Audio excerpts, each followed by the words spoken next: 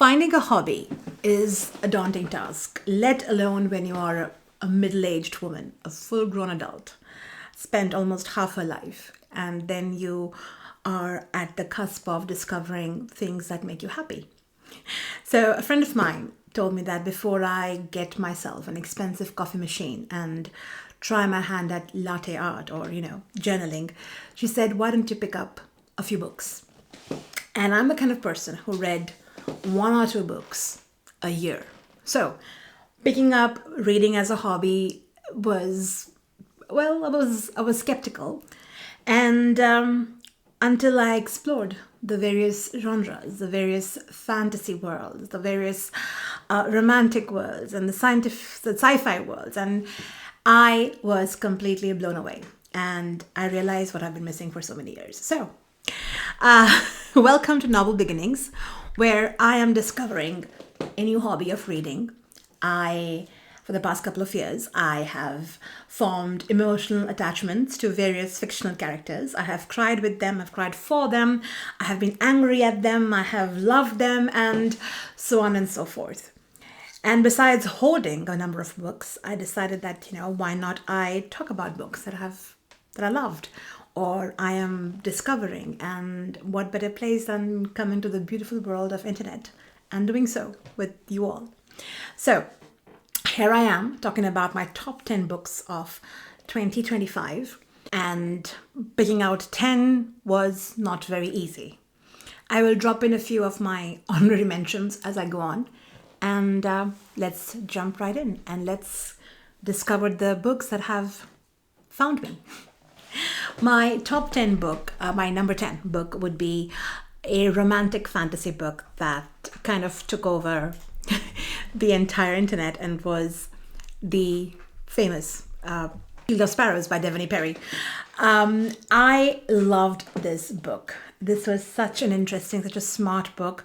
We are meeting our protagonist, Odessa, who is thrown into the world of arranged marriage. She did not know up until the day of the wedding was decided between her stepsister, her half-sister, and a rival kingdom's prince, until the final minute they say, I don't want the stepsister, but I want Odessa instead. And our princess is thrown into this new world of different category, different geographical location altogether, something that she had not prepared herself at all. And it's a story of discovery. It's a story of making friends, of resilience, of loyalty. And I really loved it. A lot of people did not enjoy this book as much, said that the world building was a little too intense. But I think that was the thing that I loved about it. I love when in a fantasy story, the author takes us and builds an intricate world for me, because if it's going to be a series, I want to be transported to that part of the world. And Devony Perry did a fantastic job with it. So I loved it. My number 9 book is going to be The Rachel Incident by Caroline Donahue. And this is such a cheeky little book. Not a little book, but it's a cheeky book. It is set in the early 2010s in the city of Cork in Ireland. And we meet Caroline, who is in her early 20s, and how she sets a foot into the world of adulthood with her best friend, and the mistakes she makes, and the things she discovers about herself, about her friend, about friendship, about loyalty, about the workforce. And we also see a decade later how, when she reminisces about this time, how she thinks that had she not gone through those things, she wouldn't have been the person today. And that's essentially what the book is about. It's funny, the writing is witty, it definitely has certain OMG moments. It's a very smart book. It talks about messiness in life, and it's smart, funny, and I found it, when I say relatable, I don't mean the exact episodes, but yes, messing up in your 20s and then looking back and laughing about it, that's relatable. Number 8 is going to be the book that took over another book that took over the entire internet by storm. That is The Strength of the Few by James Islington. Oh my God, I think I read the first book, The Will of the Many, last year. and I loved it. And this one was such a worthy sequel to the book. This time around, the stakes are much higher. The political intrigue is amped up by a thousand folds, and it's more complex. The world building is more complex. There are newer characters introduced, and I think it was done very smartly, very deftly, and I loved it. I absolutely enjoyed it. Our character Viz and his fight against the hierarchy, and how at some point you realize that if I can't beat them, maybe I have to join them. And that is the beauty in the book of the book. I cannot recommend this book enough. A lot of the books that I've read would be popular books because I'm getting a lot of my recommendations from various people on BookTube. So yes, these are very popular books that I did read, and boy, I had a good time. Number 7 would be 3 Days in June by Anne Tyler. This is not a very big book. It's a short and sweet book. And we meet our protagonist, Gail, as she is a mother. And the entire story transpires between 3 days up until the day of her daughter's wedding. And it is such, again, the humor, the quick whip, the smartness of the book. I loved it. I loved reading about it. And I know I'm saying it is funny, but also it has some moments of heaviness. It is about forgiveness. It is about, how as you grow as a person, your perception of forgiveness and relationships changes, and how beautiful that forgiveness can be. I loved this book. I finished the book reading in one entire sitting. It was that good, and I've become a fan of Anne Tyler, and I will be reading many of her books soon. And number 6 is going to be Babylonia by Costanza Casati, and this is such a brilliant book. This is about, I hope I'm not butchering the name. It's about the Assyrian queen, Semiramis. It's about her journey. She came from very humble beginnings. Rather, she was a complete nobody. But what she had was this ambition, the fire to have power, to be on the top, to rule. And that ambition is what drove her to becoming a queen of one of the most powerful and vast empires in history. Albeit she was queen for a very short period of time, she is a very significant character, significant personality in history. I think it's her son who takes over as the successor, and he remains one of the most powerful, a very powerful and a strong influence in the Assyrian Empire. But this story takes us through the journey of a young girl in the village, how she gets to mingle in the court of this empire, and brushes shoulders with the who's who of the royal court, and how she does that with her wit and ambition. And a lot of times in books, when they portray a protagonist as ambitious, it kind of makes her a very great character. But I think Costanza Casati was able to do that very well, and I loved that about the book. It was a brilliantly done book, and I loved it. I'm going to squeeze in 2 honorary mentions that I didn't get to. They just skipped by a little bit. And one of them is going to be A Month in the Country by J.L. Carr. It was my IRL book club's pick, and I found this book to be so calming. A pastoral novel about healing after trauma. A protagonist is in this goes to this countryside in England after suffering an injury in World War I, and here he has been entrusted the job of restoring a part of a church. And although there is nothing plot-wise, there isn't anything happening, but it's extremely character-driven. We go back in the past, we see the present, we see how he forms friendships and how he changes. And you as a reader also see that character arc the change we see in a protagonist. It is such a well-done book, and I really, really loved it. And my second honorary mention is going to be Death of the Author by Nandi Okorafor. This was my first book by the author. I know she has written books, sci-fi books. Binti, one of them, that's a very, very popular one. I haven't read that, but boy oh boy, I really love this book, Death of the Author, and it is about our protagonist Zilu, who is born and raised in a Nigerian American family, and she is the black sheep of her family. And when she is visiting or enjoying her sister's wedding, she is confronted by two pieces of devastating news and how that changes the course of her life. This book is such a meta, such a smart book, because Nandya Karafor very beautifully is able to weave in a book that Zilu writes. So Zilu is an author, an aspiring author, and she generally writes literary fiction, but now she was writing a sci-fi novel, and that sci-fi novel is included in this book. So it's like a candy with a filling, and it's so brilliantly done.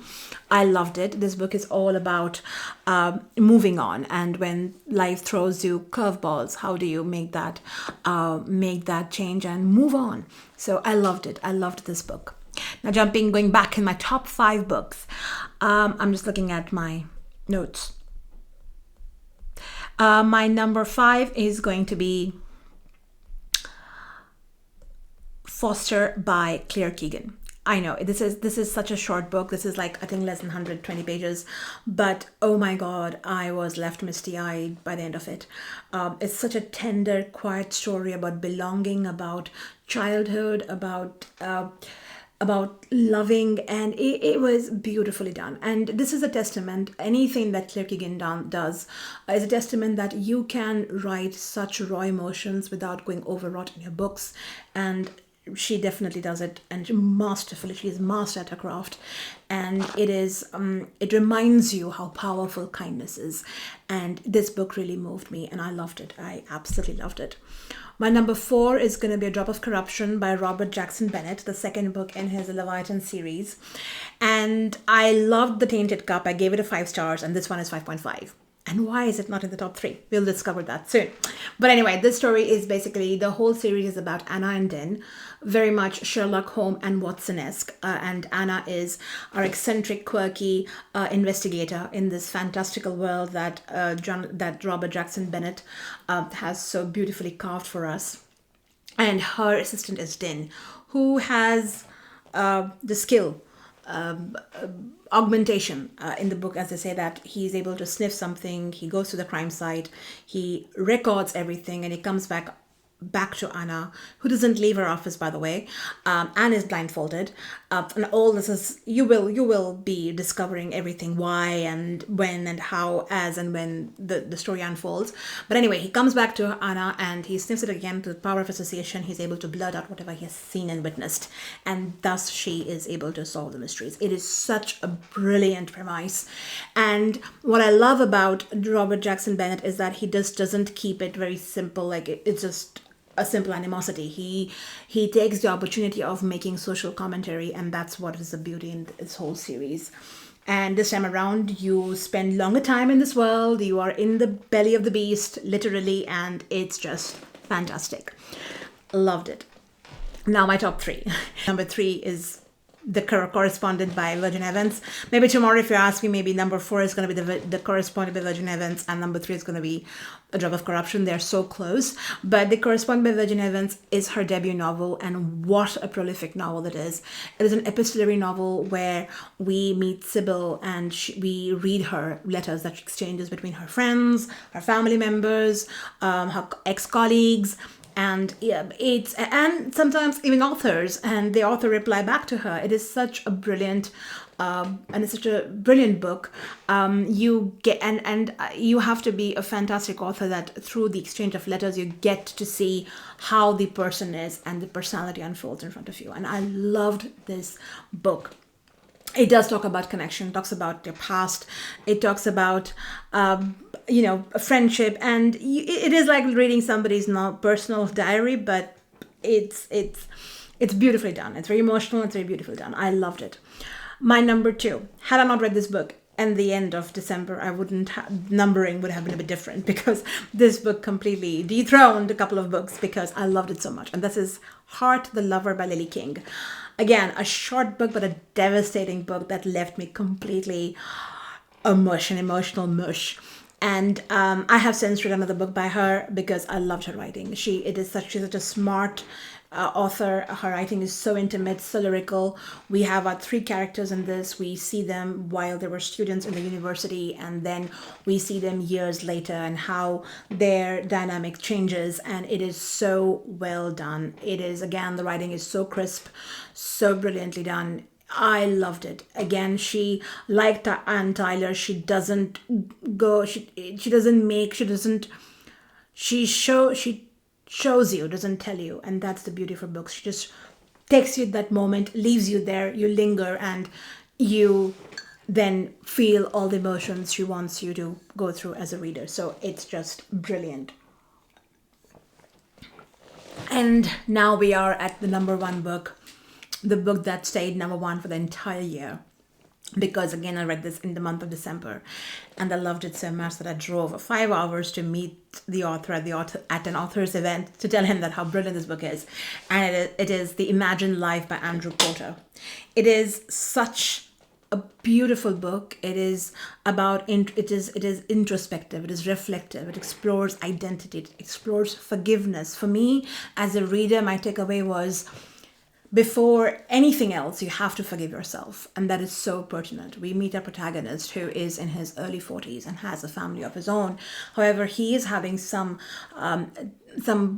turbulence in his family life, and he discovers that he has to go back in his early in his preteens to discover, because at that time his father had left him and his mother, and how that event shapes him as an adult. So he needs to kind of go back in the past, unravel the mysteries of that time, and then he thinks that he's going to be able to be a better partner, a better father. And it is so eloquently done.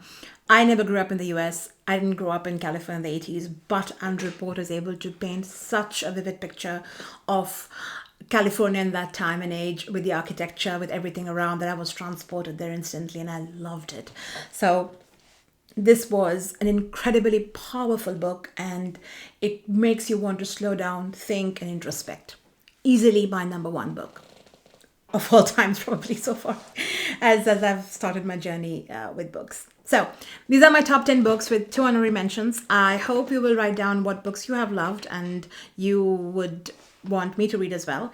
And stay kind to yourself, stay kind to one another, and I'll be back with more of my reading experiences. Take good care of yourselves. Thank you.